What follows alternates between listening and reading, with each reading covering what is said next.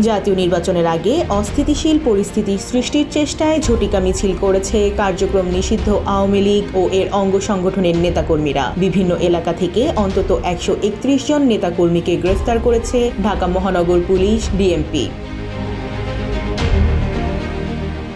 মঙ্গলবার সকাল থেকে দুপুর পর্যন্ত রাজধানীর পল্টন, মতিঝিল, শাহবাগ, ধানমন্ডি, গুলশান, তেজগাঁও, উত্তরা ও যাত্রাবাড়ি সহ অন্তত 11 এলাকায় ঝটিকা মিছিল করে নিষিদ্ধ আওয়ামী লীগের নেতাকর্মীরা।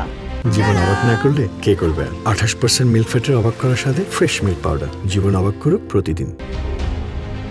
কিছু মিছিলে অংশ নেয় 5 থেকে 30 জন পর্যন্ত। কোথাও কোথাও ককটেল বিস্ফোরণের ঘটনাও ঘটে। পুলিশ জানায়, বায়তুল মোকাররমের উত্তর গেট ও মতিঝিল রাজুক ভবনের গলিতে মিছিলের চেষ্টাকালে 3 জনকে আটক করা হয়। উত্তরা রাজলক্ষ্মীতে স্থানীয়রা 2 জনকে ধরে পুলিশের হাতে তুলে দেন। এছাড়া কিছু এলাকায় মিছিলের প্রস্তুতিকালেই অভিযান চালায় পুলিশ।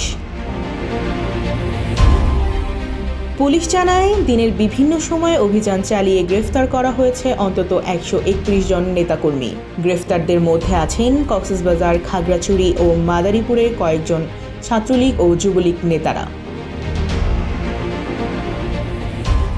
গত মে মাসে জুলাই গণঅভ্যুত্থানকালে হত্যাযজ্ঞের বিচার না হওয়া পর্যন্ত আওয়ামী লীগের কার্যক্রম নিষিদ্ধ করে অন্তর্বর্তী সরকার। তারপর থেকেই পুলিশের কড়া নজরদারিতে রয়েছে দলটির নেতাকর্মীরা।